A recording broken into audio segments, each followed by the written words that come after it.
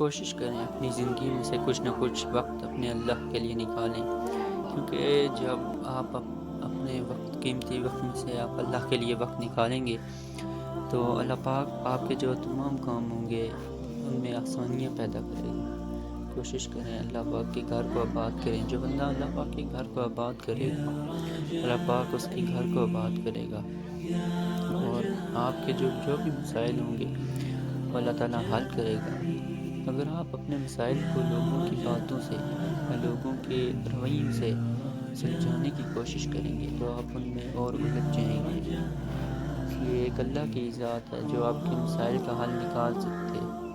اللہ پر بھروسہ رکھیں اور اپنے تمام معاملات اللہ تعالیٰ کے سپرد کر دیں۔ انشاءاللہ اللہ تعالیٰ آپ کے تمام مسائل کا حل ضرور نکالے گا۔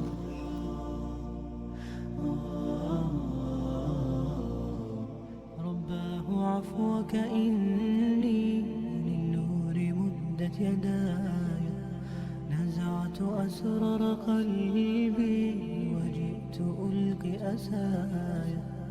رباه عفوك إني للنور مدت يداي.